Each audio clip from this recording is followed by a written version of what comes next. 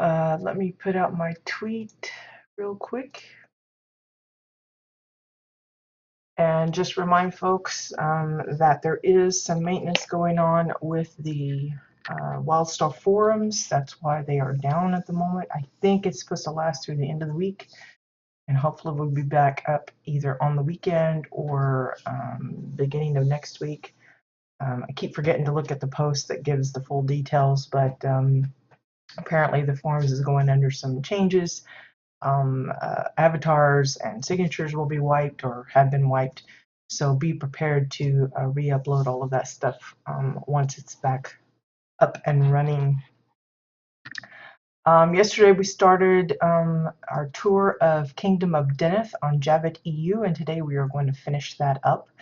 I do want to mention that I did take a look at the bunker house that's located on, I think it's this one here, the second plot we visited. It's the one that looked like an entrance to a sewer or whatever. And I said that I was having trouble having the interactable door button pop up. And I finally got it to work this morning. I was trying to get it to see if there was actually anything inside, and I would like to inform you that there is nothing in there. So there's no need to sit there and fuss about it.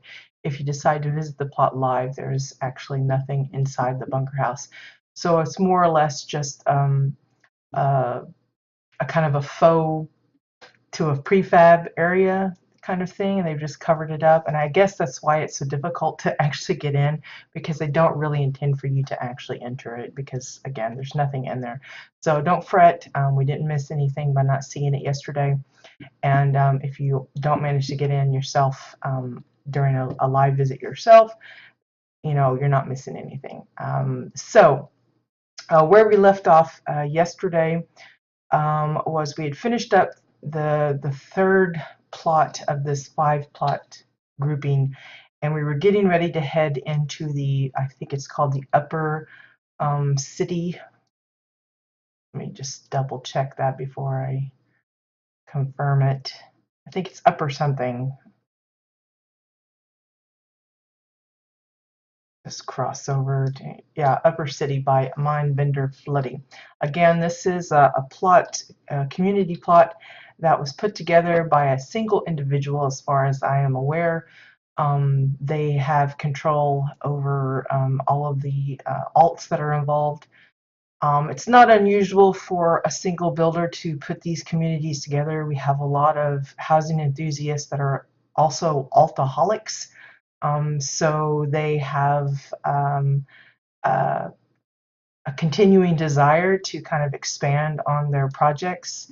Some, even prior to the release of the community's feature, were already building with that in mind. They would pretend that their separate plots were actually in a way connected. They would like put in faux doors, and then on the next plot there would be like a faux entrance or whatever coming from that previous place, because a lot of our housing enthusiasts are also role players, and they do a lot of background story, and they hold a lot of events and things on those particular plots. So there's a lot of intricacies involved. So to transition those plots into actual communities that are physically connected, while it's a bit of a challenge, I think that was already a mindset for many of our builders, so it's not surprising to find many of them doing these as solo projects rather than likely the more intended co-op opportunities. That isn't to say that we haven't seen several communities that were actual co-ops between multiple persons. But again, that comes with its own challenges, organizing, making sure everyone's on the same page. If they're aiming to keep a singular theme throughout all of the builds, even though you're having different people build different areas. Some found ways to get around that by specifying, okay, this person is really good at landscaping, so that's going to be their part of the project.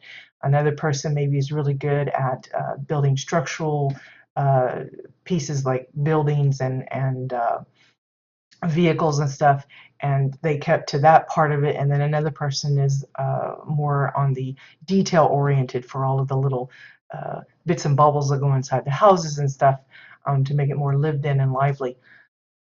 So uh, there's all ways of approaching it, but this particular one, I believe it was by a single individual. So just goes to show you, with a little bit of determination, patience, and a lot of planning, you can really set up a beautiful project, even if it's by yourself. So here we see, I don't know if this is supposed to be like a jail or what. I'm not even sure if we'll have access to it from a different way. I suspect so. But again, going through these little city parts is kind of like a maze. There's many interconnected areas like this. I think it brings us back out to the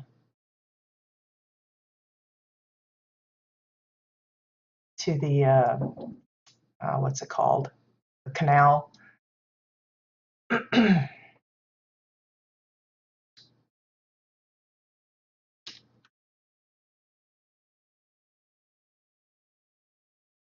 Yeah, I'm not even sure if I'm supposed to hop up onto this. Again, the buildings are similar to the other two sections that we visited, where you've got a number of materials that are kind of repeated over and over, like the picnic tables and the decking pieces and the boardwalk pieces, for the roofing and everything. But you can see the variety in the shapes. Some are flat tops, some are peaked, some are a combination of both, almost giving like a look of a like a barn kind of thing. But you can see how they're cleverly and nicely interlocked. It really has the feel of, it reminds me a great deal of like Stormwind, not only because of the canals, but just the way the sidewalk slash streets are set up with the greenery and the housing as well. Maybe they took inspiration to that. Maybe it was some other game or something just pulled out of their imagination, happens to run true with some of the things that we're more familiar with. I'm trying to find an accurate path here.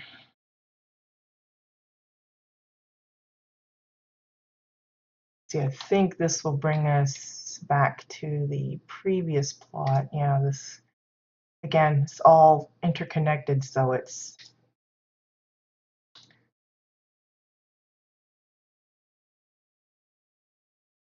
so like this wall, that seems out of place.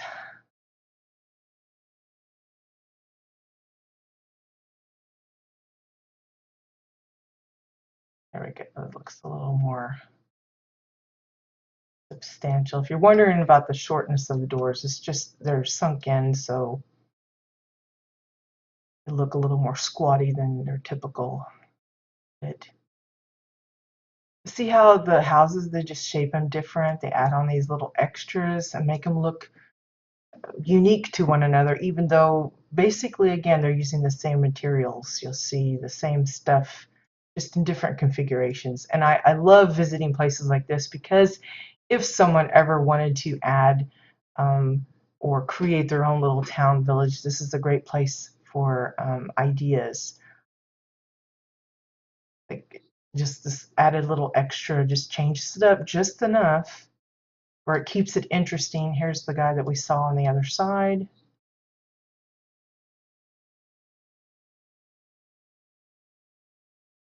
Just one of those things, it keeps it from getting boring. And it's not that those towns and stuff that have been put together in a way that they I call it like crackerjack houses. They just copy the same build over and over. It's not that that's a bad thing. Sometimes it's just easier but I find adding these little personalized touches, just changing them up just enough to make them their own, really lends itself to more of a realistic approach. So here's a little garden in the middle of this little city area. Again, I love how they've um, played into where the dirt paths of the ground remodel. they've really managed to work those in nicely as if that's where they were supposed to go. So all of the little exits and entrances to this park match. It's not always an easy thing to do. Here's an exit to the outside territory. Go ahead and I guess we can take a look since it's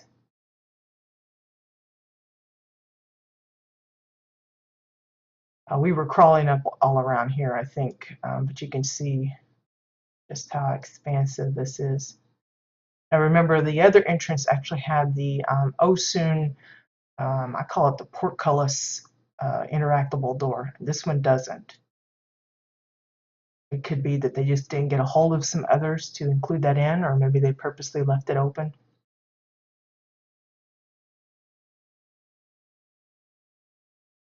Just going to check the outskirts here. You can see the boundary popping up.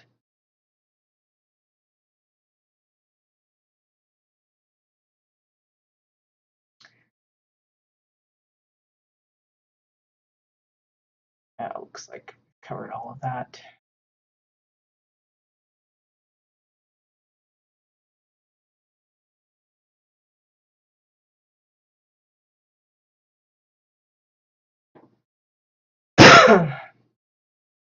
Yeah, I noticed they've got a glass barrier just to ensure that people don't go too far past. Just leads up to the boundary there as well. So it makes it look like there's more to it, but then they've purposely blocked you off.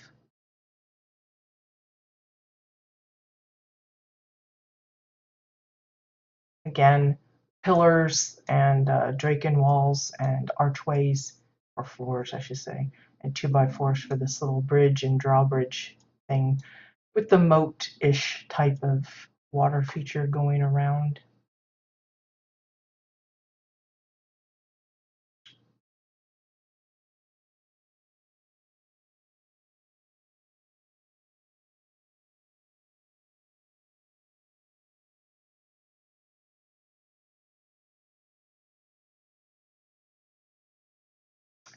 I don't know if these little districts or whatever you want to call them, these little divisions of the houses and stuff, split up by the canals and stuff, if they're supposed to be like a business district, a residential district, or market, or like Major's Quarter. I don't know if it's divided up in that way. To me, it looks all completely residential. Maybe there's this side is a little higher paid people's. I have no idea if it's divvied up that way. To me, the buildings look pretty similar throughout, but you never know what the builder is actually intending unless you speak to them outright.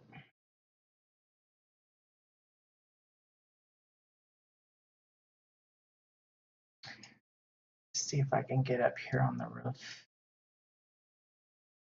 Again, typically people I don't think visit this way, but I just kind of wanted to show how the garden area is kind of situated with those. I think they're the olive trees. So there's the harbor back here, I think. And then the lower city. And then over here where the inn and the little out of the castle part village. And we don't want to forget that there's the mine entrance over here. We started to go in. I said we'll come back and visit that. I suspect we might have another entrance somewhere over on this side that we can sneak through.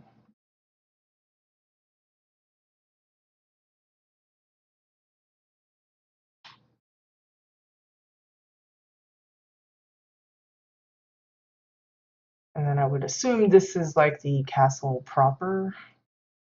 So you have like the stables where the mounts would be placed. Pretty basic. It looks like staircase landings and floors, 2x4s, and pillars. Those might be standard building blocks, but they're so versatile. You can use them for any number of things. and have it come out looking really nice.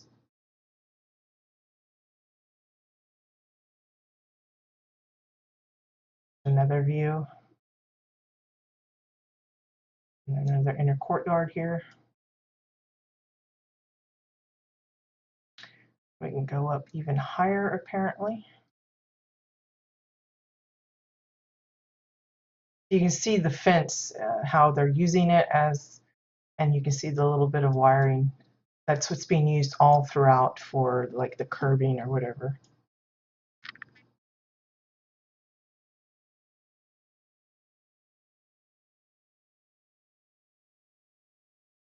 Arbor.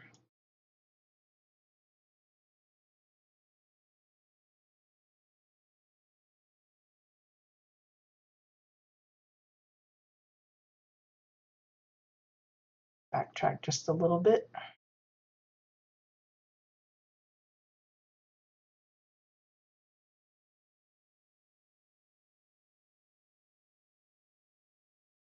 Again, it could be that they ran out of space, decor-wise.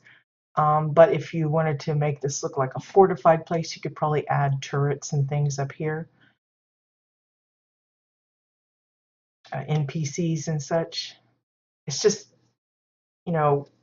with so many buildings and pieces used to make all of this bordering area, I suspect a lot of the detail, things like that probably had to be left out on purpose.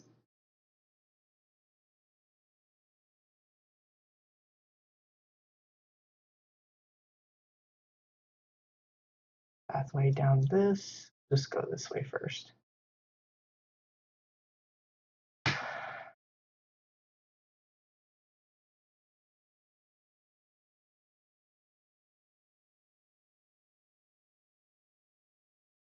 And again, another view. You can see the whole area that they're using as the mining cave locations. I don't think you're really meant to see all of this, but there you go. It's like I don't think you're meant to see this part here, like the ugliness of the edges.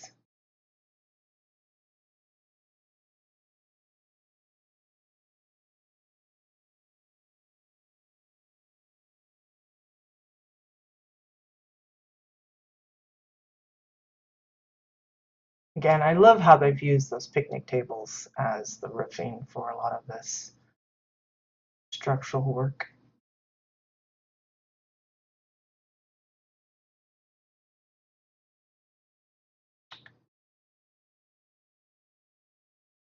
This appears to be the throne room, which we'll get a little closer look at that shortly.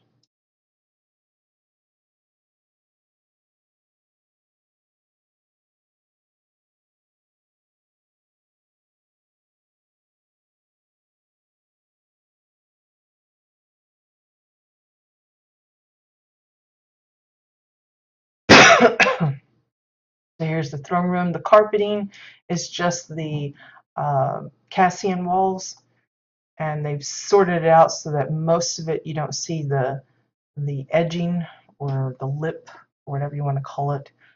Um, so it looks a lot smoother, like a red carpet.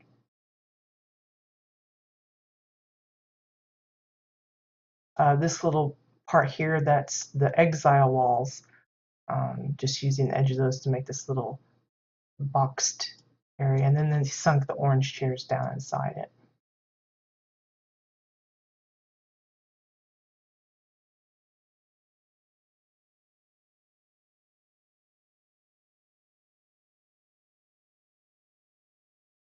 I don't know what that was for. This part here, I think that's the bottom of one of those ovens, maybe the lop one. I think that's what they're using for the steps here.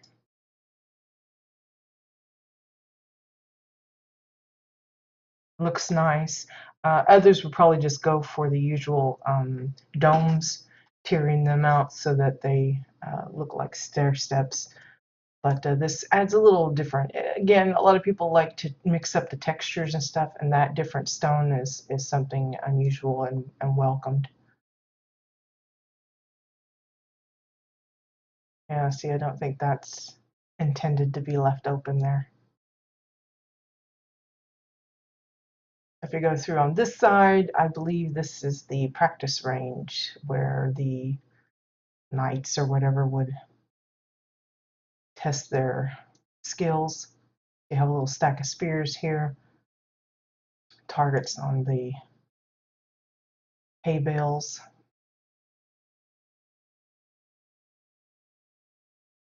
You could put some test dummies here, more NPCs with their weaponry out, that kind of thing. Oh, there we go. The functioning Fodor. Okay, so I think that's it for the castle part.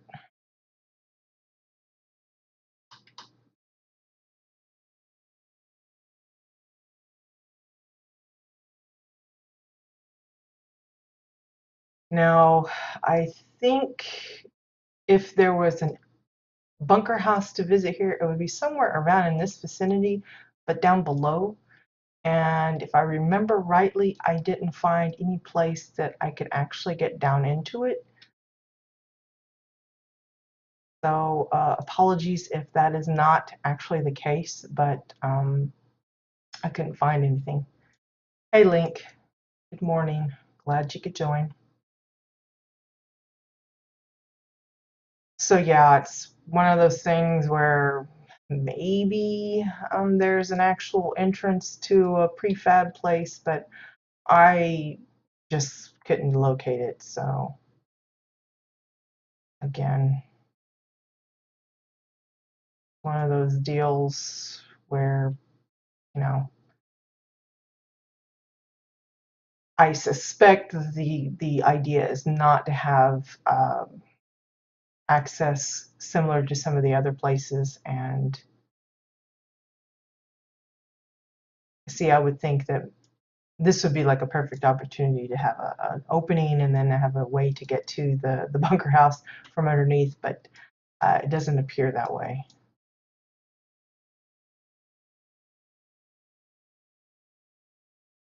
Again, this is just below where we were.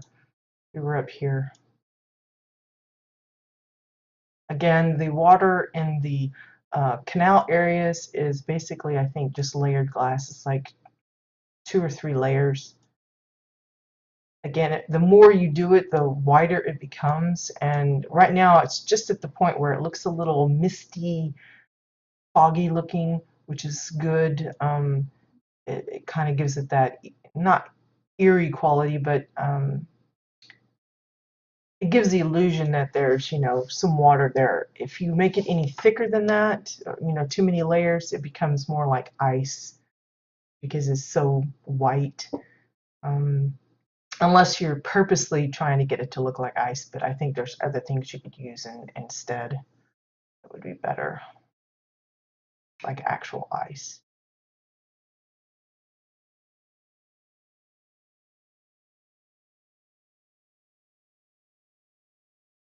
See how all these interconnected. Just, I love how they've planned this whole thing out. It works really well.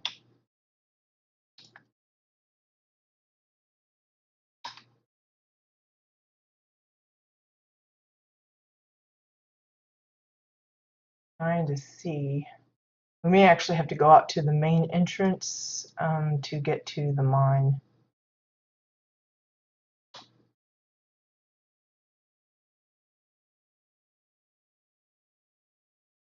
Let's see, I think I'm going up instead of down.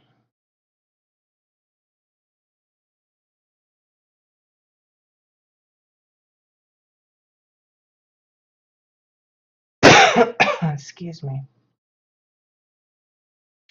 Now in here, I want to avoid going, I actually don't know where, because I didn't travel through the mine part very far when I came here just to look around. Because I usually kind of give a quick little peek before I do the stream just to kind of get a feel for the directions I may be headed. You know, because typically I do the counterclockwise touring, and sometimes the builder actually specifically has a direct like a more linear path. This allows you to go any which way, basically, but if they're more linear, then I have to kind of change the way I'm going to approach it, but I don't think I went through here too much. So yeah, again, the tracks are the metal planks, and then the 2x4s for the little cross bits. You've got 2x4s, metal edged ones, and then the decking pieces. And you can see they used a lot of the granite style pillars as the supports to supposedly keep the rocks from falling in on you. Nicely placed cobwebs and such here and there.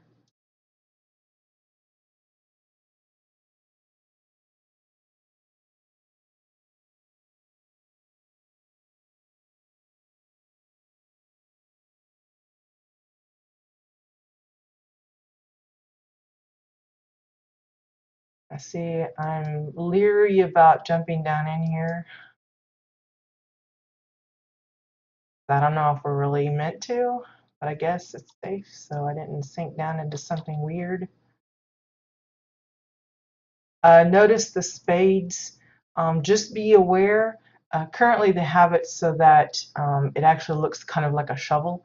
If you were to flip it over the other way, turn it over, it would look more like a pitchfork because for some reason the middle of it disappears. So you'll see some use it purposely that way to make it look like a little mini fork, especially if they're doing like a fondue set or something like that.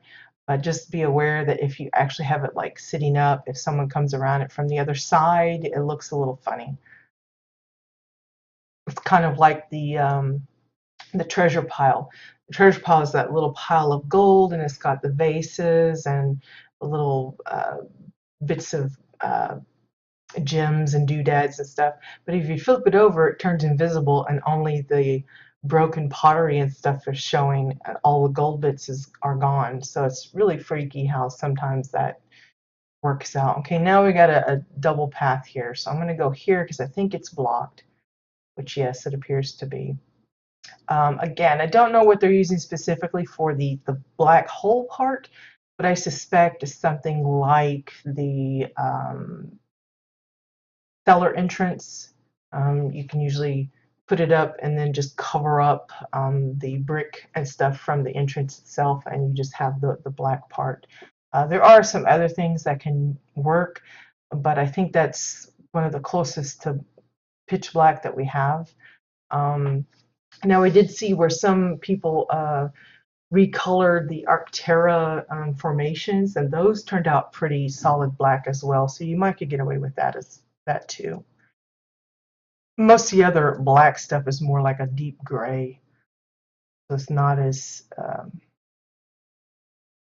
pitch black as you would probably want.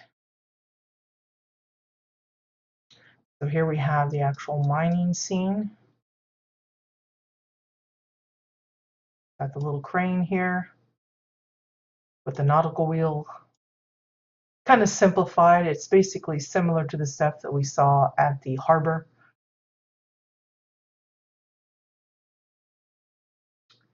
Using the decking pieces as the catwalks or boardwalks or whatever you want to call them.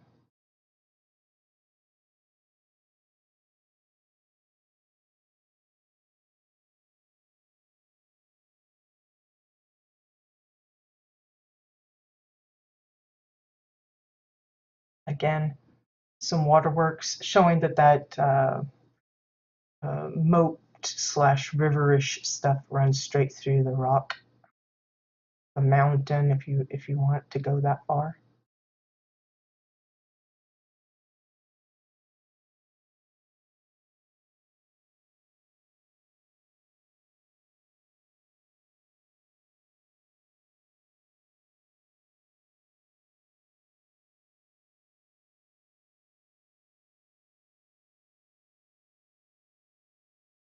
Let's see, I want to check up above first, just to make sure we cover all.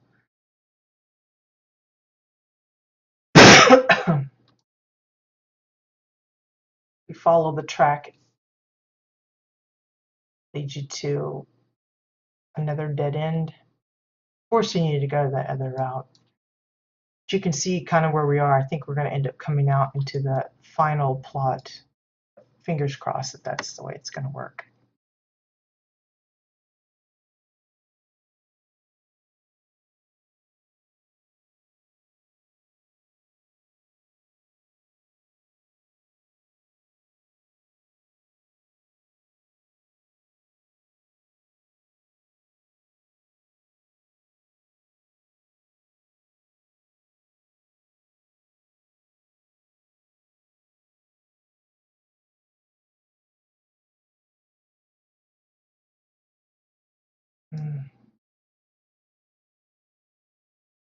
Maybe not.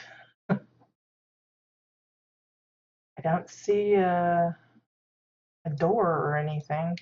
I may have to go all the way back to the front because I'm also, if you see me mousing over, it's because I'm looking to see there's some of those taurine stone doors that kind of have a tendency to blend into some of these regular stones, and I'm trying to make sure I'm not missing something along those lines, but don't see a way to get through.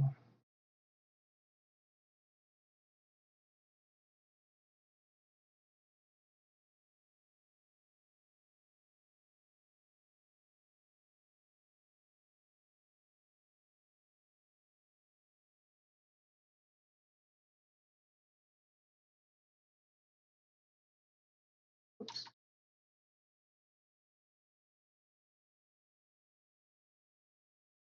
Oh, just puts me back at the crystal thing. So I guess a quick way, I'll just use the return to teleporter. It should put me back at the front of the community spot, and I'll see if we can just go directly in here. Hey, good morning. Good morning, boy. Ooh, almost couldn't spit that out.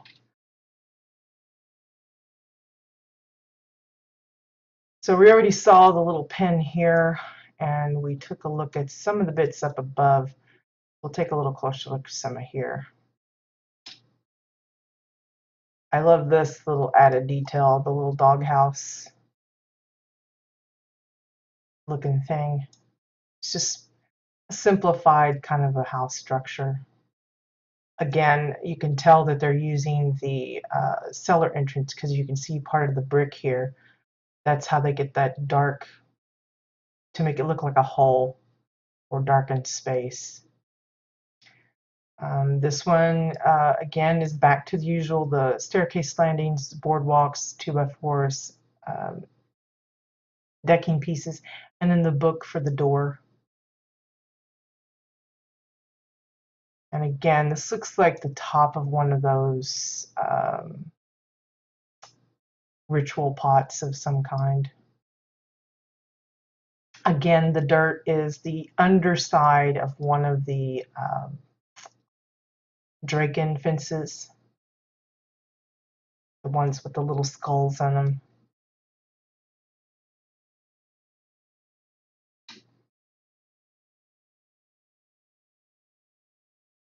Go up on the hill here. This is the Chill Breeze Village. That's the final lot here. Now we went to the tower when we first come in, and then this is like the little town proper. Again, a lot of faux homes, but they look so cute with the double deck and then the little patio up here. Dividers for the doors, staircase landings, exile floors. You got the Draken fireplace.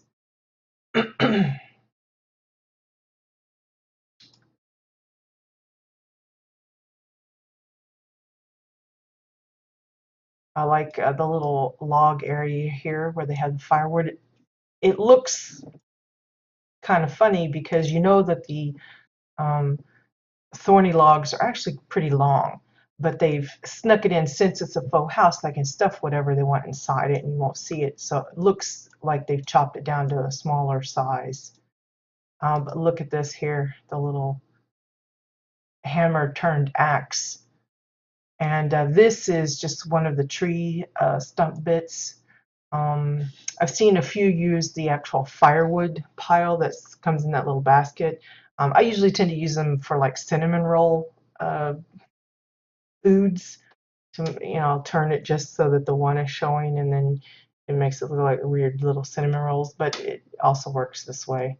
I forget what piece that is, but looks good as this little stump part. But I mean, just look at this little deck patio thing.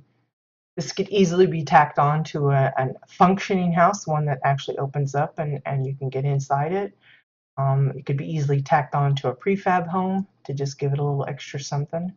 But I mean, just look at the care and the details that they've thrown in.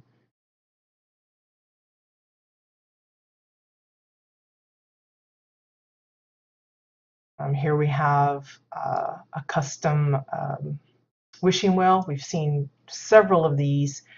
They're always different, interesting to look at, and how they approach it. So you have looks like a waterfall that they're using for the water inside to give it a little motion. They're using the tiki roof. I think this is actually one of those the fireplace chimney thing for the Draken, and they just tucked it down so that they're using the top of it as the bottom of the wishing well. And of course the nautical wheel, chain, and then the bucket on the side. Over here we got another little wood pile. This one's set up a little bit more simply, just a little cover with the house sort of built into the rock. A combination of the stairs, the decking stairs, and then the picnic tables for the roofing. Staircase landings, pillars, 2x4s.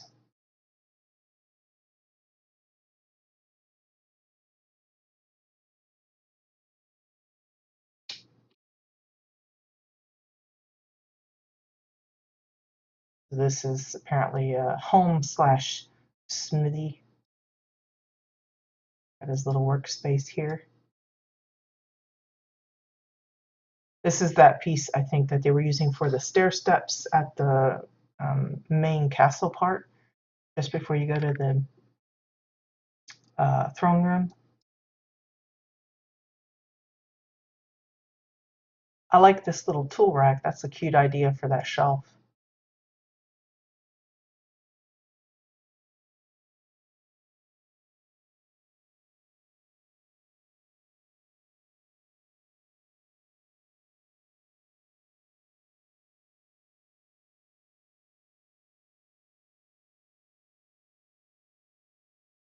Again, just how they've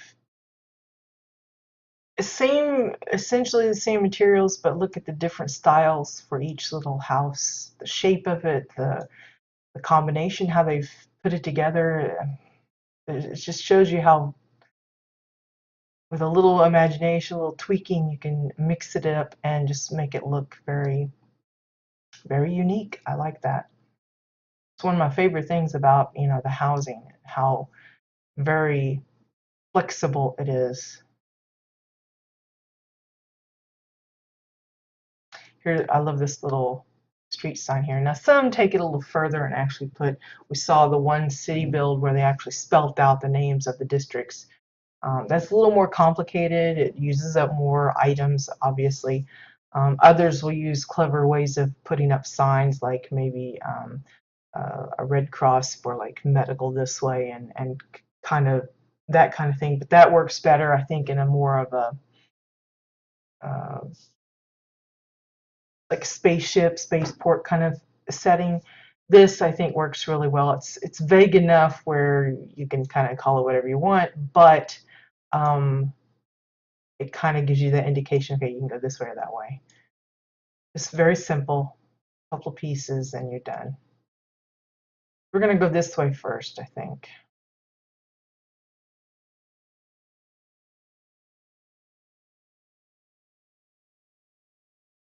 Another little faux cabin of sorts.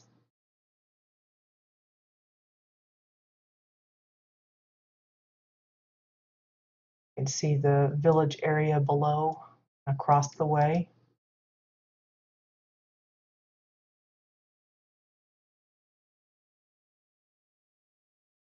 A very homey country feel.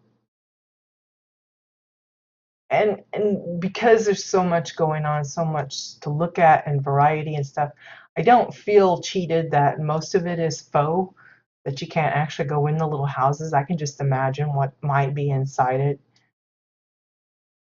and that's enough for me.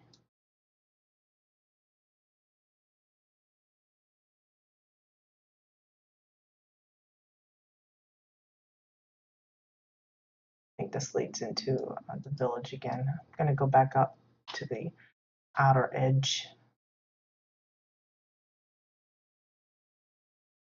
I like all the little placements of the flowers here and there. Again, um, even though we're walking on upside down snowy hills, you can tell by the puffs of white, they've had to add in all of this greenery themselves, including all these little individual plants and shrubberies and shrooms and things. But I think they've done a fantastic job of leaving the paths open enough where you can kind of follow your way through, but also making it look lively, but not overly done. I've seen some where it looks or it feels claustrophobic or so closed in. There's enough path open and sky visible that you don't feel that kind of closed in, cluggy type of, I don't know what you call it, the pressure, I guess.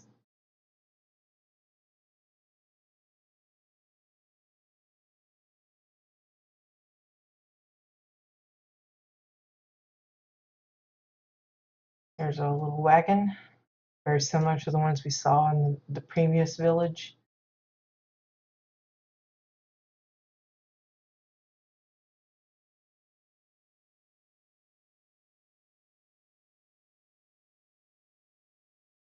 Again, fantastic job of layering this up so realistically. I mean, look at you can see the thinker heads being used for their mossy covering for this little waterfall area. Shrubberies, dead wood, lots of trees, grasses even. Shroomies, and then of course the shroom covered, I think it's called the moss covered log or something along those lines.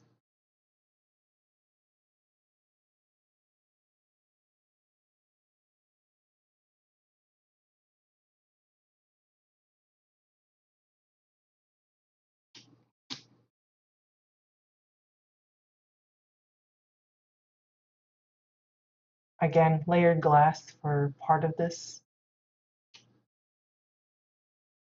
Probably another cellar entrance for that little part where the water's coming through. But look at all the roots and green, and it'd be easy, like they've got the little gar there.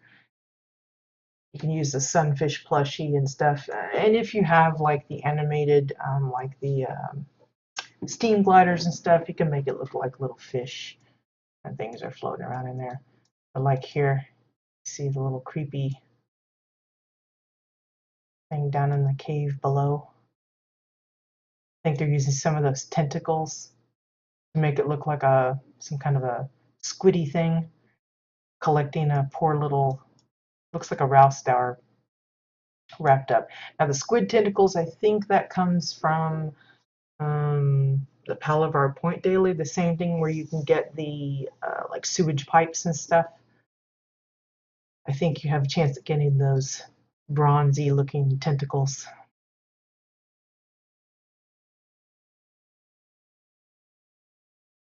Apparently this guy's fishing. Very simplified fishing pole here. Just a mop handle. The mop, of course, the mop head is down inside the rock. And then a chain. And then there's one of those sunfish plushies popping up. Others have used, now this This idea wouldn't work for this particular setup because you can see straight through, unless maybe you make it big enough where the end of it is hidden. But a lot of them like to use the balloon, the red balloon, because it has motion, so it looks like something is on the string. But a lot of them, it's usually used where the water is more opaque, can actually see the red balloon. Um, a lot of them use like the Draken spears, or just even some pillars, small pillars stuck together. I've seen some go to the elaborate length of actually making the little rod that you wind up on it. If you're looking for a bucket of bait, you can use the intestine decor. Just turn it upside down and stick it into a bucket. It looks like a bucket of worms. Just a lot of other things. Some ideas that I've used and I've seen other people use. It works really well. I want to kind of give it a little extra something. So here's like a little overlook for someone. A couple of sandwiches, some bread, and banana.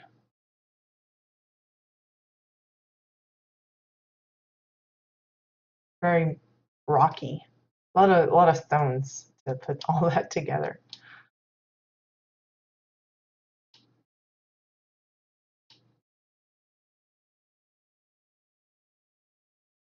Go this way. Past the wagon, across the bridge. Again, I love the framework of these bridges. All of them are, I kind of think they're a little different from each other, but it just again shows you using essentially the same materials, you can come up with many different designs. So here's a little campy spot.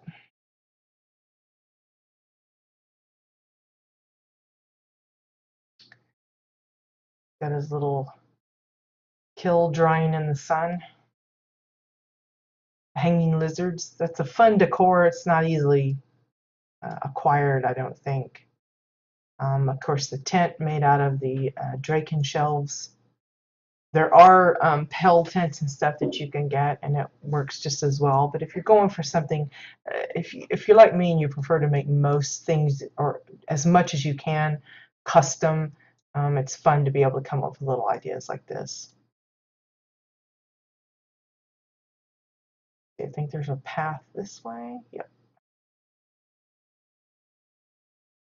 And I want to say, yes, this is where you would port in if you were to come onto this plot by itself. So here you got the little mailbox stuck into the tree roots. Let's see, I'm not sure. Yeah, he's down to a little funky cave. There's a door. See how it just kind of blends in? If you don't mouse over it and aren't really looking for it, you could easily miss this.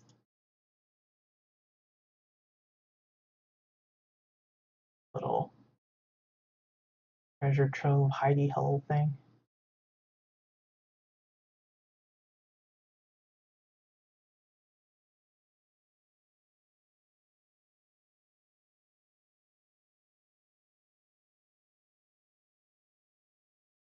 I think this is the plot that had the um, Chumbacamba in that we saw on the very first plot that we visited in this grouping.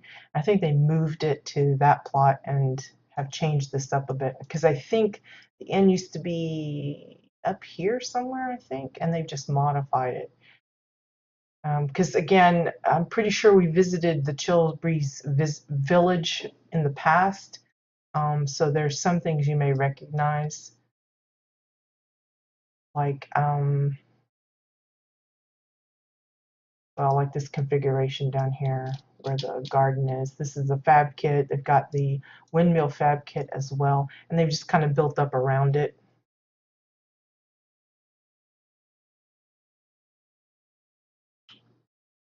So here we have the barn. Again, they've got that little wagon that they used before. And then the barn here. I like how they've sandwiched the hay piles, kind of look like a little mini pile, but then they left this one open so it looks more like a nest. We've seen some people use that in the past for like actual chicken hutches. It worked really good. This here, that's one of the items from, I think it's the Shades Eve event, the hay mouse. I don't think we normally see it this big, but maybe it's well fed on the hay, I don't know.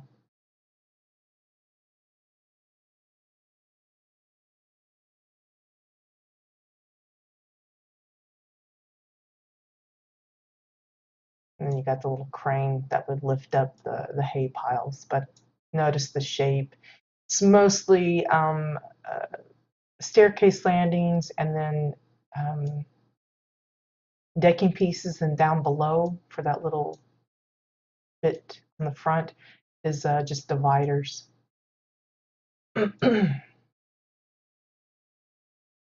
Over here we have another little corralling of WildStar. Now they do use the copper fence, but it's one of the non-functional, well, I say fence, it's more like a gate, I guess. It's one of the non-functional gates, unfortunately. I think a lot of people were hoping that it actually worked, but it doesn't. So here's like a little mommy one feeding her babies.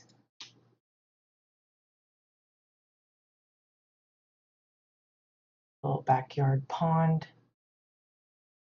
Again, I believe it's a piece of glass, a couple of layers of glass.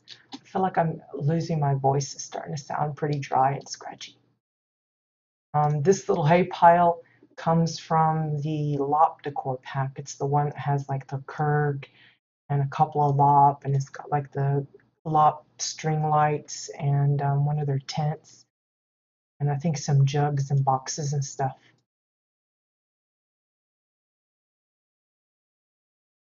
Notice the little flower grouping here. Just little details like that is kind of fun.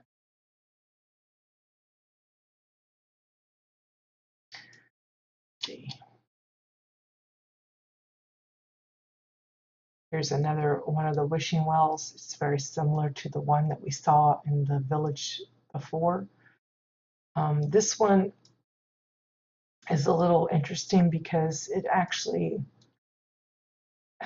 it's, I don't know how to explain this, but excuse me, I'm really getting scratchy. But there's a trick to it because there's an actual, you notice we're kind of in the center, so it tells you that we're close to the prefab or whatever like bunker house system. And they've got this little bridge here that's been like knocked out by this tree that's fallen over. And if you go up onto the tree and up to this space here, you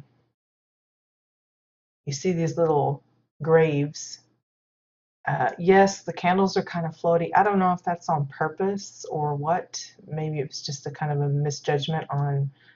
Sometimes when I'm placing objects, it's kind of hard to tell where they are from everything else. But right here, this is the little hidden part, because remember these mossy logs or moss covered logs or whatever they're called, they're hollow, and if they're big enough you can actually walk straight through them, and that's kind of what happens here. You sink down into the bramble, which has no collision, and you can actually go inside the log, and it leads you to a little arrow that tells you you're headed in the right direction. If you get close enough you can actually open the door, and that leads to the bunker house, which is this actual cave deal. So it kind of blends in. It's like you're going into the ground underneath. So again, lots of stone.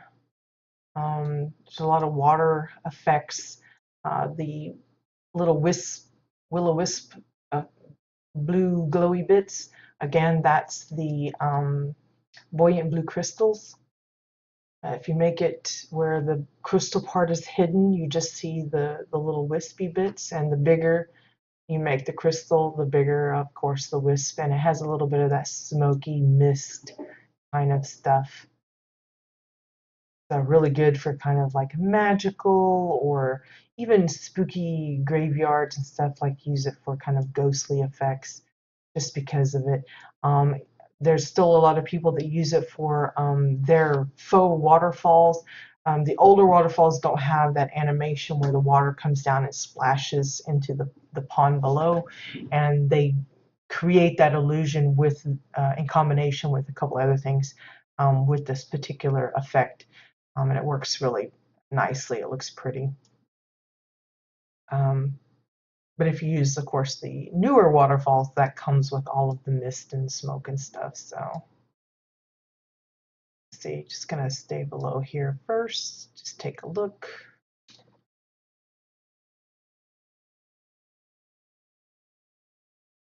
A lot of little tiny hole parts.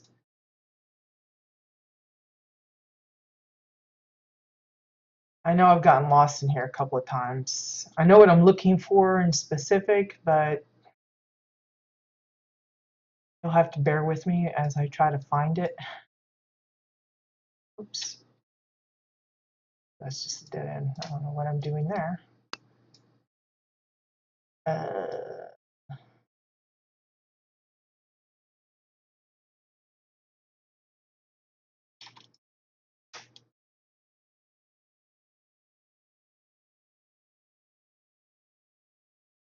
it's all these like little hidden crannies and stuff. I think this little effect, not only is it the buoyant blue crystal, but I think it's also the one of the blue light lounge tables, just because of the way the animation is moving. I think that's what that is.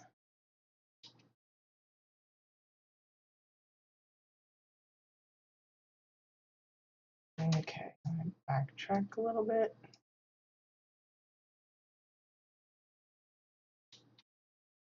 Oh, duck.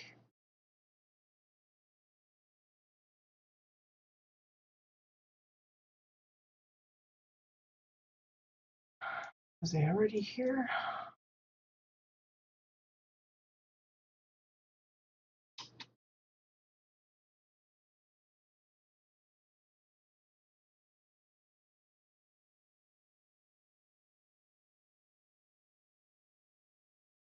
And remember, this is a bunker house, so it just gives you an idea of just how expansive this space actually is. You can just do all kinds of twists and turns, and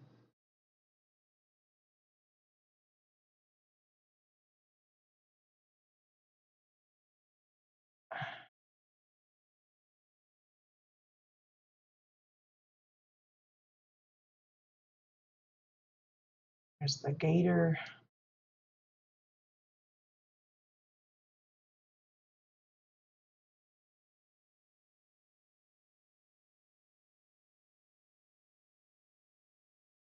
So lost in here. Again, I think we've been that way with the skull. Again, I know what I'm looking for, I'm just not sure where to find it. Another little cave spot. I'm looking for the elemental guy somewhere around in here. I have a feeling we've been through this spot. Okay, backtrack.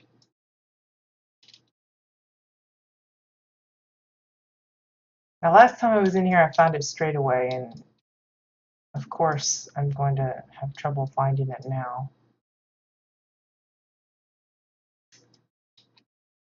Okay. Duck.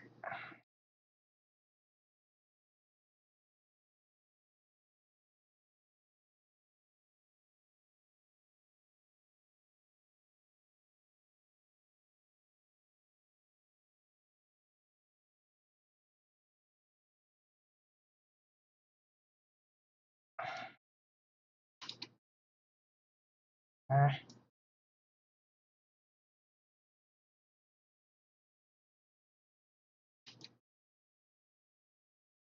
I guess I'm supposed to go up there.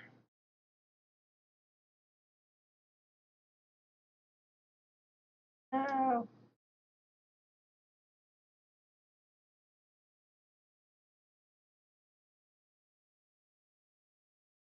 Closed. I want to say it's a hidden door, so I keep mousing over again. I'm looking for my escape route here.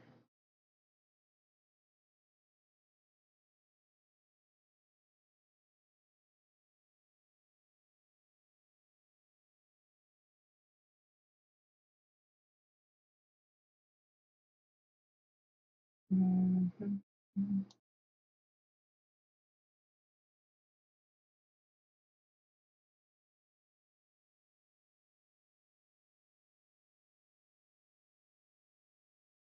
Well, fiddly hoo.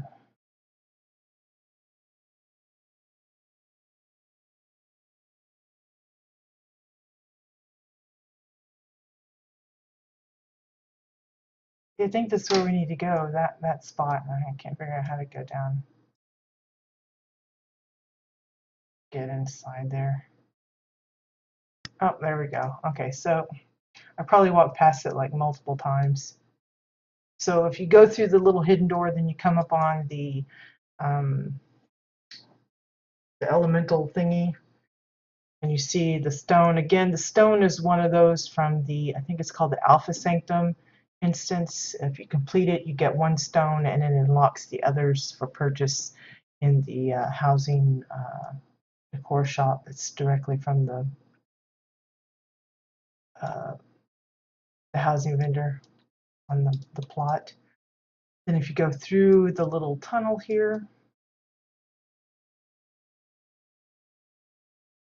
I love the way they've done this to make it look like you can see light from above. It just leads you to the exit, basically. So if you find the elemental, you're close to the door again. But if you pop out here, again, it's giving me that error. It says you don't have permission to do that, but you should, in theory, pop up outside in the or next to the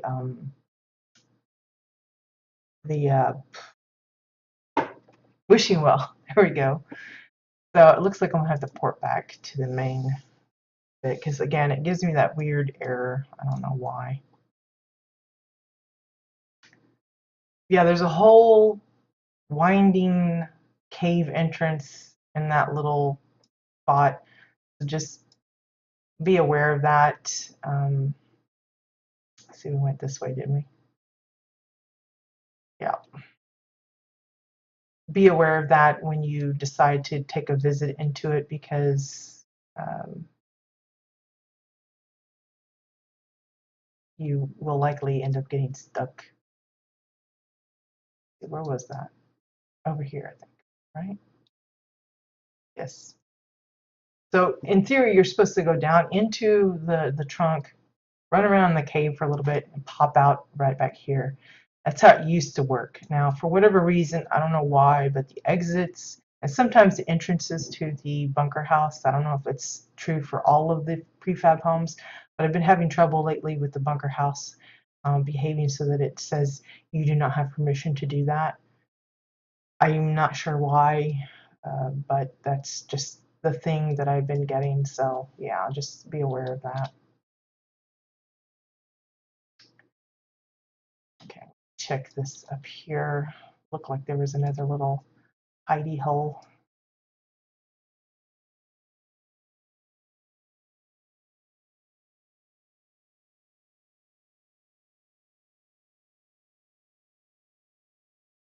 Again, Flood and several other builders, they really love these little off the beaten paths,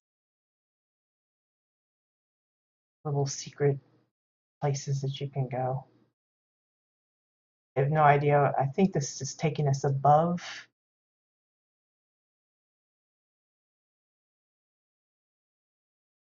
Oops.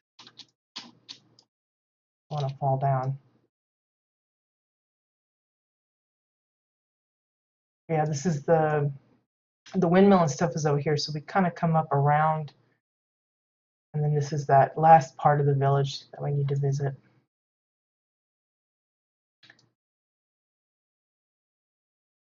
Here's like a little native spot. Here's those intestines I said that you could use as like a glob of worms. But they've got it on this little pitched triangle bit of horny logs. Again, the carcasses are fun. Um, some have actually tried to use them as live animals. I've done it with like the roans, and like covered the wound with like sandbags to make it look like saddlebags. Um, the one that's the least messed up looking is the Pumera, I think. And that one, a lot of people like to use it as like a sleeping cat pet for their house, which is a little morbid, but you know, it works.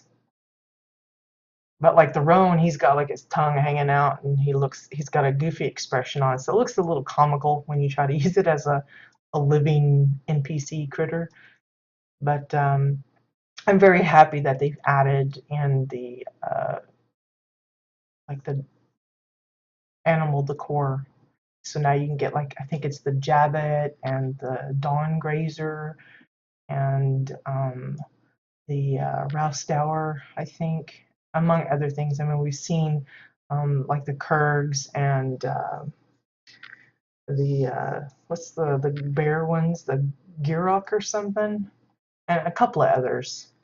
And it's really helped to kind of liven up, especially those that are we're really hoping for animated animal NPCs because there were a few like uh, fab kits that came with them. Like there was a hedge fab kit that came with the little Jabbit that you could get an achievement from, and a couple others that had like the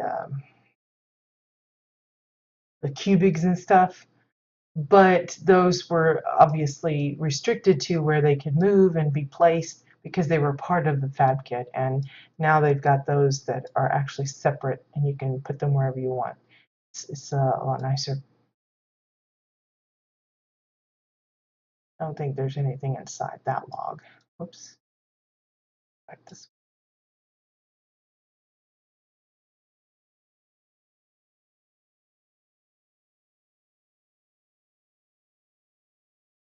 Okay, how did I lost my way from the other part.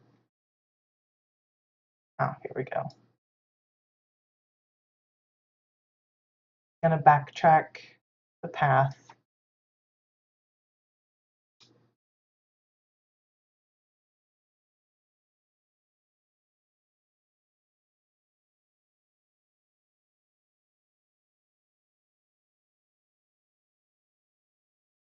Again, it takes planning to put together these little hidden areas. And I wouldn't doubt that a lot of visitors don't even notice that that's there. Um, I try to like kind of investigate every little nook and cranny, but I miss a good deal of them because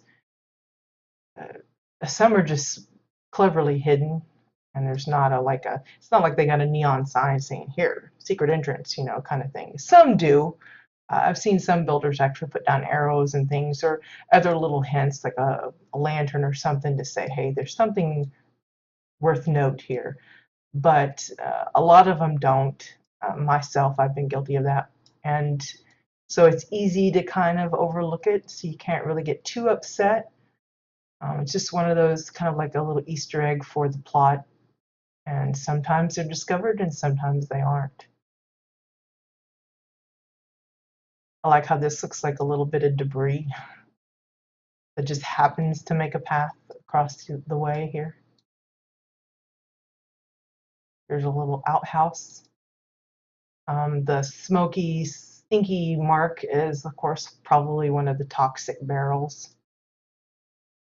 I wouldn't use like the cauldrons or anything because those have those bubbling sound effects, and that might be a little gross for that particular scenario. Unless that's what you're going for, you know, then that's a different thing. But so another little makeshift cabin here.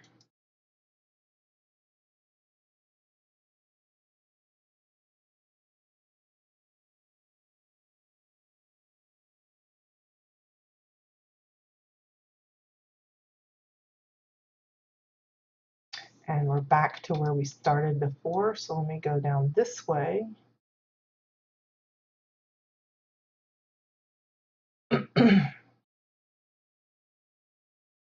Instead of going, we'll go this way, down into the little village here. I say down into it, and then I'm going back up again. So again, a little faux, looks more like a barn to me, but it could be a house, I guess.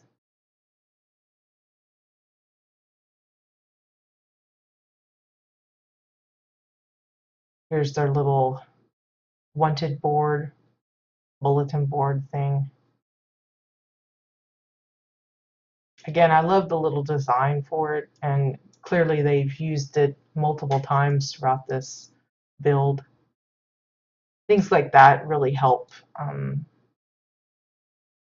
What is it called? The continuity? No, I don't think that's the right word. You know what I mean.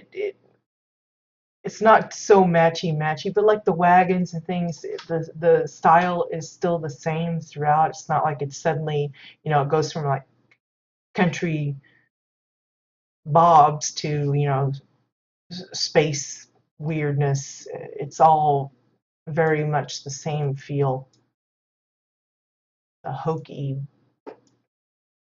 podunk town kind of thing. I like this little clumpy stone path. And I think these particular stones are the bottom of the bulletin board, the one that's got like all kinds of signs and stuff and lights and everything posted on it. You turn it upside down and it's got stones at the bottom, but if you turn it upside down, you can use these. I use these quite a bit in some of my Eastery, springy plots for like cobbled paths.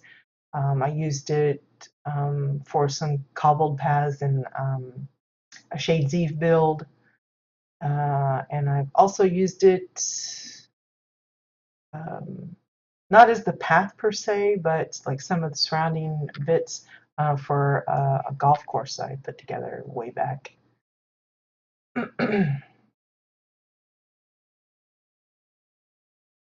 Another little house, just done a little differently. It's got a little awning on it this time.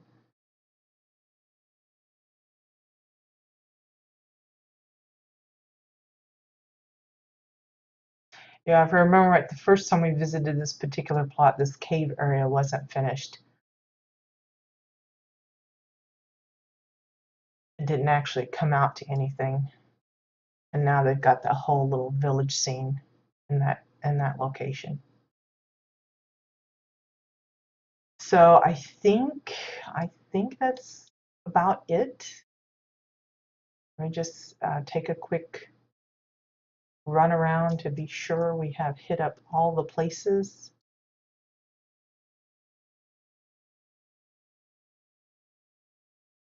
Uh, woo, hoo, hoo, hoo. Yeah, just jumped all the way down, didn't I? I like getting up in high spots so I can kind of, if I see something in the distance that maybe we didn't get a good look at. I think there was a building over here we didn't see, so I'm gonna kind of meander my way over.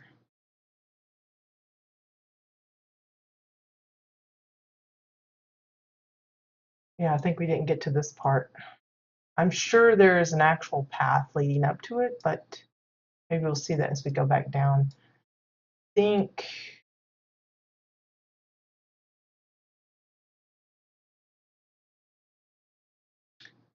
follow it this way, and that leads us up to the little cabin up here.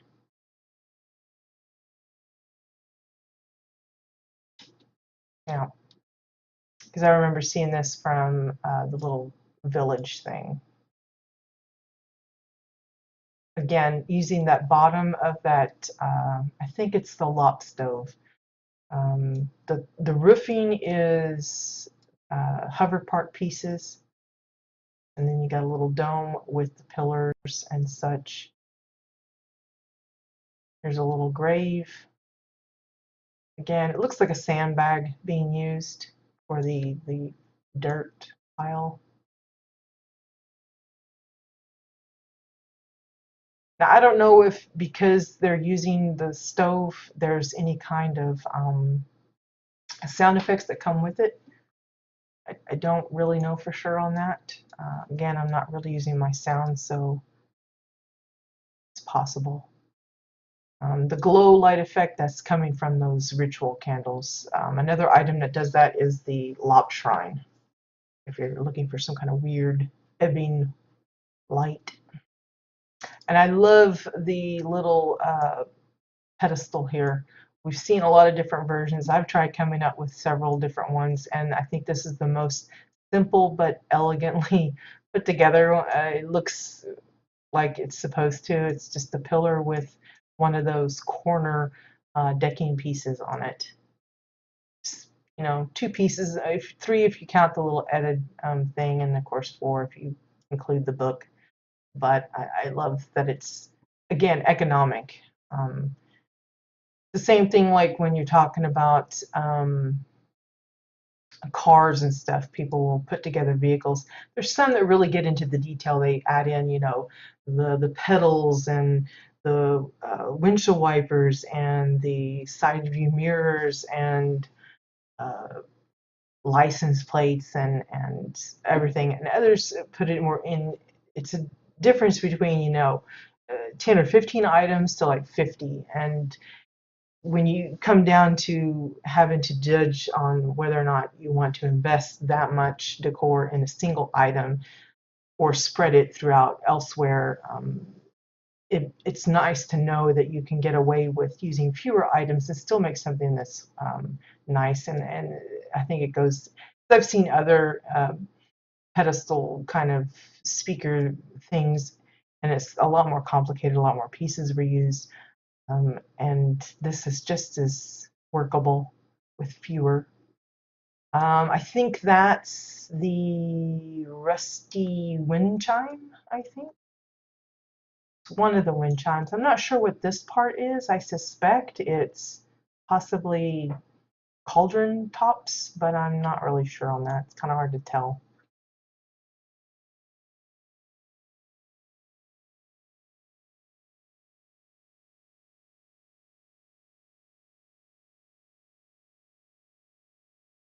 Okay, is there anything else we might have missed? I'm gonna jump across here. First, I'm gonna locate the actual path to this thing.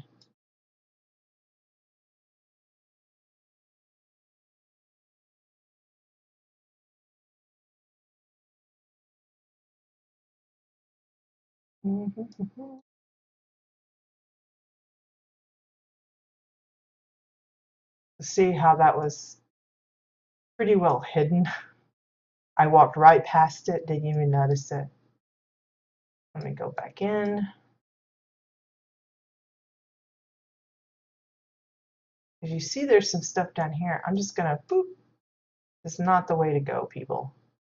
Follow the correct path, but I see it and I just want to make sure we don't miss it. So these are some of the Terminite NPCs, and they got, of course, I think those are actually spider eggs for some of that, but it looks nifty, I guess.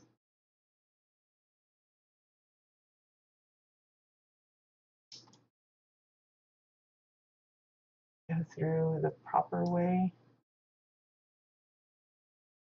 So again, there's a little hint because of the grass hanging down, but generally speaking, I think most people miss it. We're right at the place where that debris is. So there's the entrance to the one on the left side, and then the entrance to the bottom cave on the right, for those wanting to check this out. I just don't think most people would go off inside there and snoop around.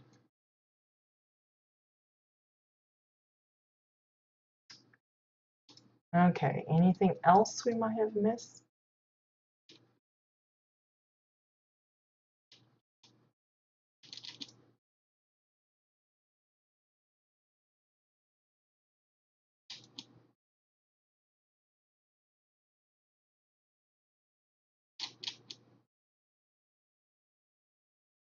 I think think we might have covered it all, because that's the entrance. I think it's over there, the main entrance to the community. And that's the mine.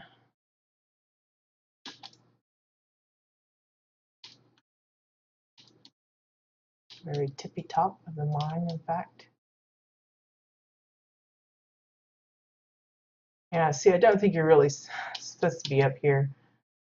You see the division between the two, and they've just kind of built around it. A little hollow. So just ignore that part. That's not supposed to be visible.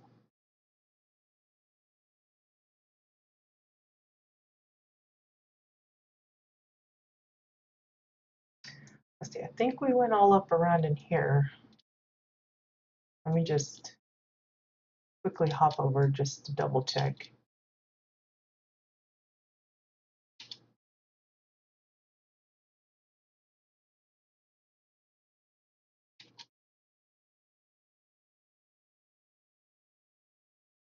Yeah, that's the little lookout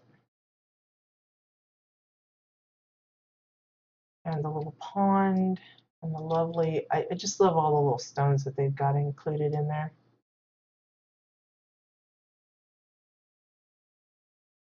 Yeah, I don't think there's anything up. And then over here is that little village thing. Yeah, so I think we're good. So again, I think we've covered it all.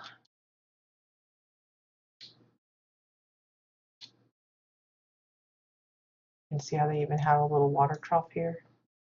I think it's supposed to be like the irrigation system for the garden.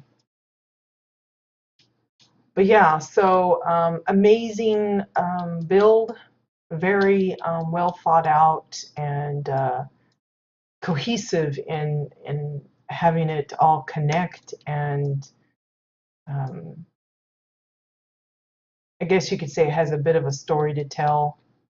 You know, it being like a village, and then like the peons and stuff, and then you've got the castle with the higher ups. So the ones that are in the more enclosed area would presumably be more like the merchants and stuff, the higher ups. And down in the smaller villages, you have like the blue collar workers, or whatever you want to call them. Trying to get a good view here.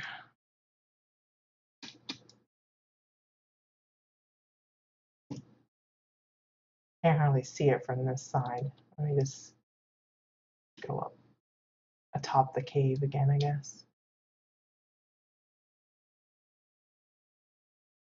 Here's a good overall shot.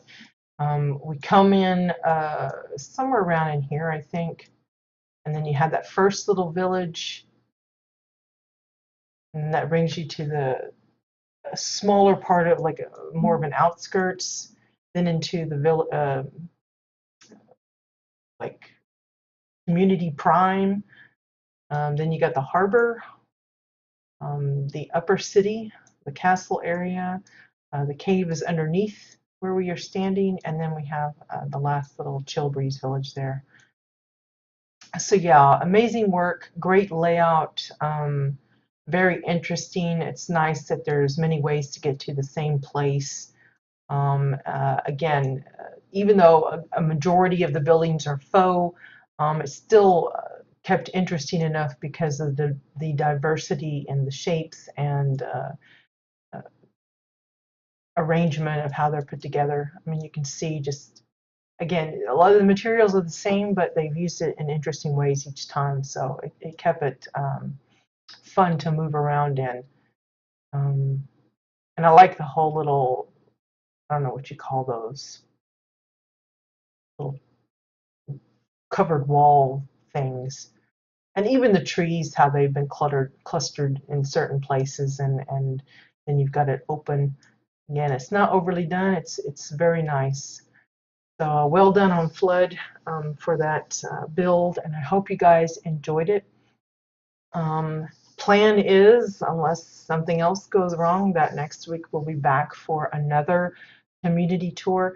Now, I'm kind of getting down on the bottom of the list, I think, for NA, so we may do a couple of Jabbit communities in a row. I haven't really checked the list, but I want to say either last week's was the last NA one or next to the last. I'll have to check again. But I know I've still got several on EU to check out before we go back into kind of mixing in the individual plots. So again, if you know of a community or an individual plot that we haven't toured yet and you think that it would be worth us having a closer look at it during one of our streams, feel free to drop me a note to bring it to my attention.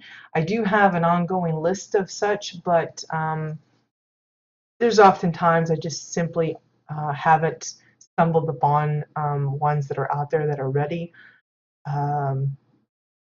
And it's not for lack of looking or anything. It's just, there's only so many I can visit when I come in.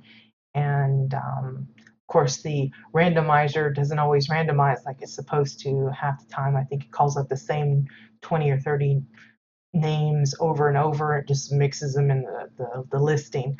So if you know of anyone, if you have a plot of yourself, or friends, guildmates, you just happen to run across one, randomly yourself, feel free to drop me a note and I will be happy to add that to my list of ones to go through. In the meantime, I hope you guys have a wonderful weekend and hopefully we'll see you guys next week. Take care and bye-bye.